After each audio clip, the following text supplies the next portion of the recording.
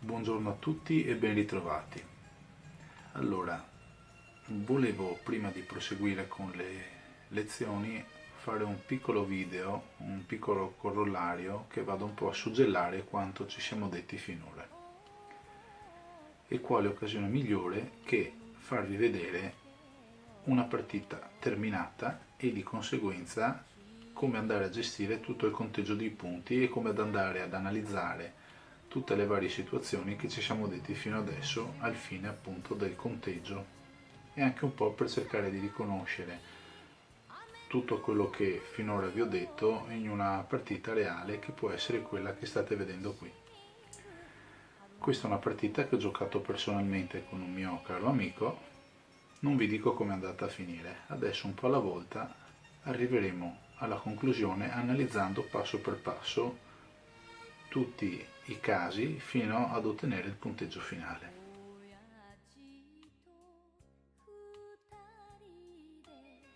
Innanzitutto allora vi voglio far notare che la partita è finita in quanto entrambi i giocatori che hanno appunto detto passo e passo consecutivamente non avevano più nessuna convenienza a fare una mossa. Prendiamo ad esempio questo grande territorio di bianco qui che va dal centro del Goban e si spinge fino in questa posizione. Ecco, nero non avrebbe avuto nessuna convenienza nel giocare qui dentro perché non sarebbe riuscito a fare due occhi, avrebbe avuto poco spazio. Di conseguenza, se anche nero avesse giocato qui, probabilmente bianco avrebbe continuato a dire passo, perché anche se bianco avesse continuato a passare, difficilmente nero sarebbe riuscito a vivere, per cui tutte le pietre che nero metteva qui dentro sarebbero state delle pietre catturate.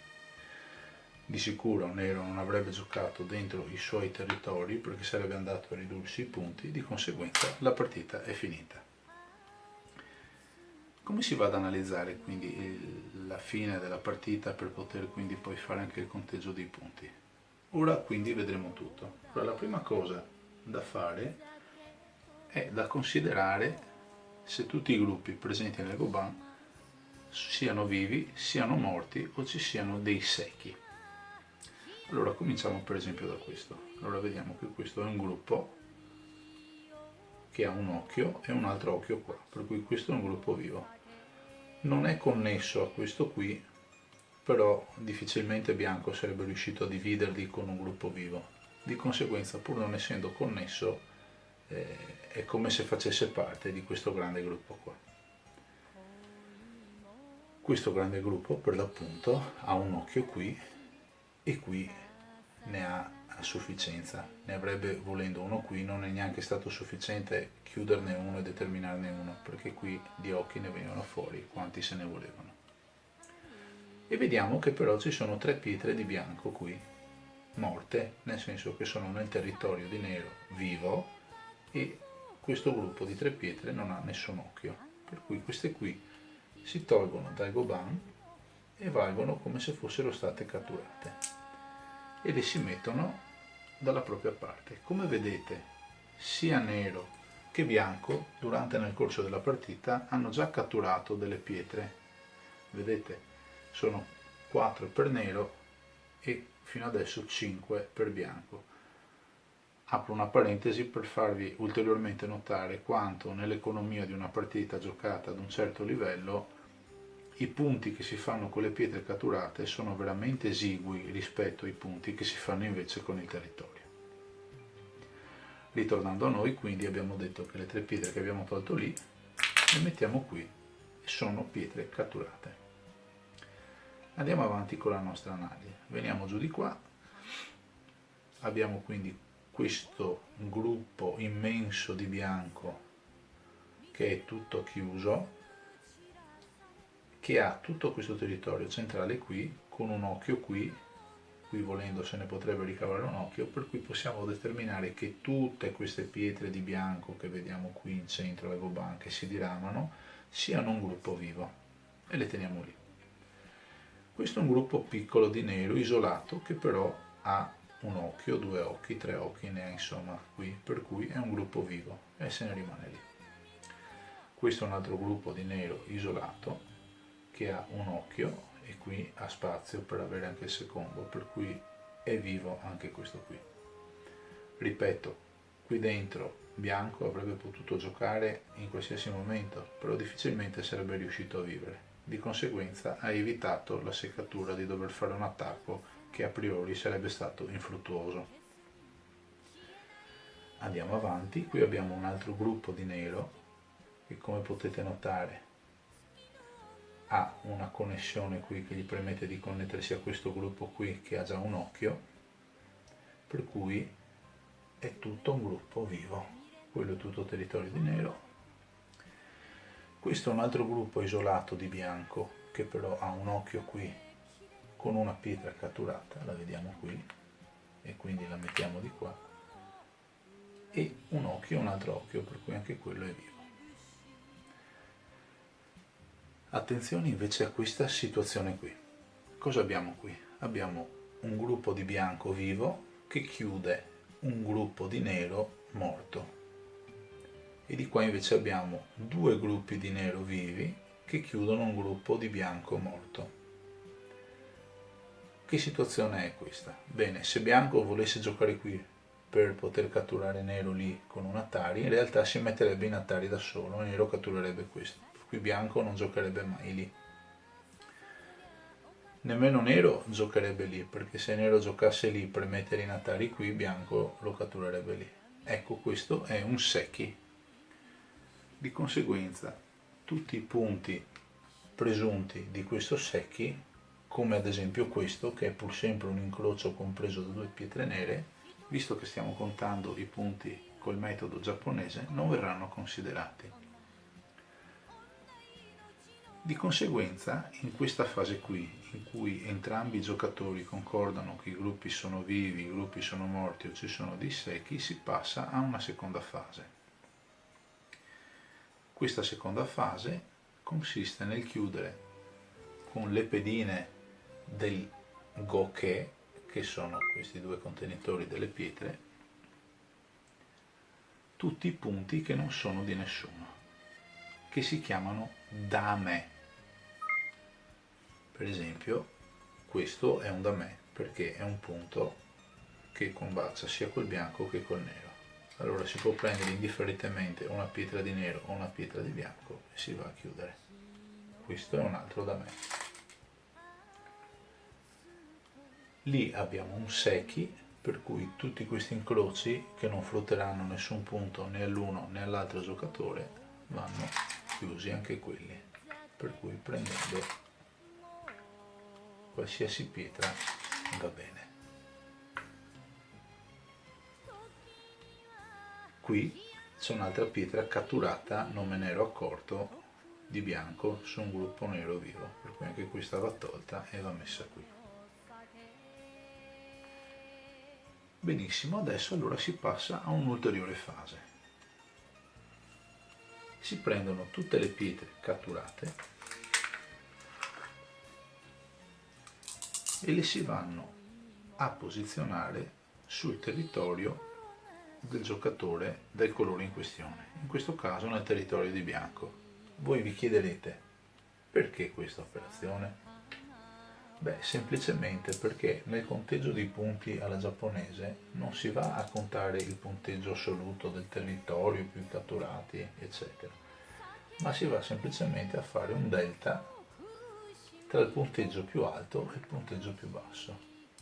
Di conseguenza, se io vado a mettere le pietre catturate nel territorio del giocatore, alla fine il delta non cambierà, perché tot punti ho totalizzato col territorio, tot punti ho totalizzato con le pietre, se io le vado a mettere nel territorio il delta rimane quello.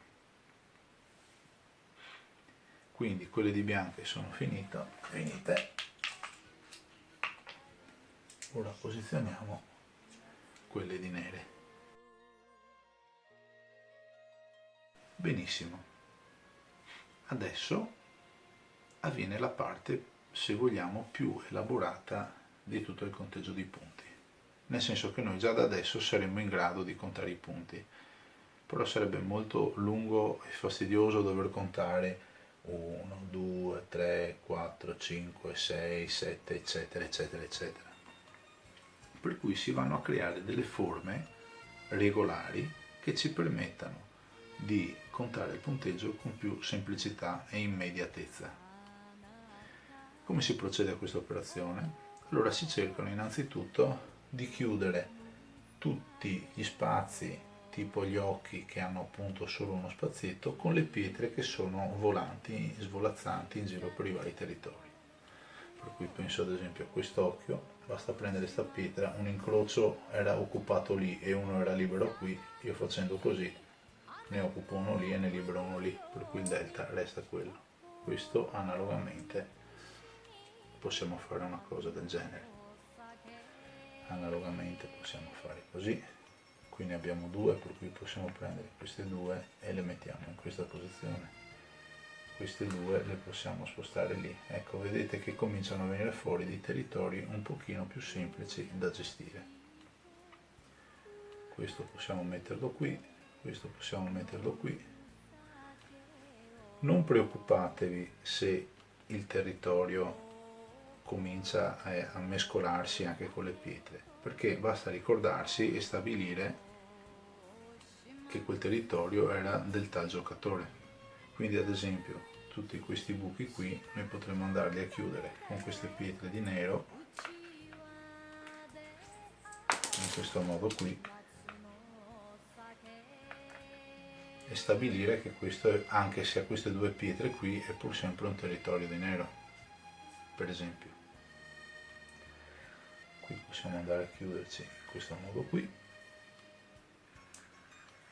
Ormai il meccanismo l'avete capito. Qui lo stesso possiamo andare a fare un'operazione del genere senza preoccuparci troppo, se qui restano nel confine delle pietre di bianco. Ok, questo è sempre un punto in meno per nero, ma vi dirò di più, questo è nero, allora noi cosa possiamo fare? Possiamo migrare tutti questi punti verso l'alto.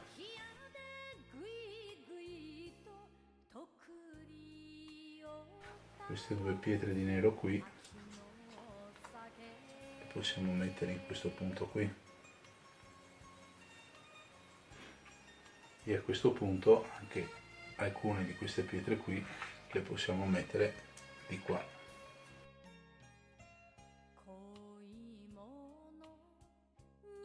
Bene, questo è tutto il territorio di nero.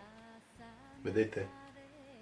Io spostando le pietre da una parte all'altra ho semplicemente fatto in modo di coprire tutti i vari territori sparpagliati di nero per ottenerne una forma quanto più regolare possibile.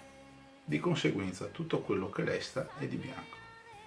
Per cui definiamo che questo sia nero. Per bianco a questo punto basta semplicemente creare una forma quanto più regolare possibile.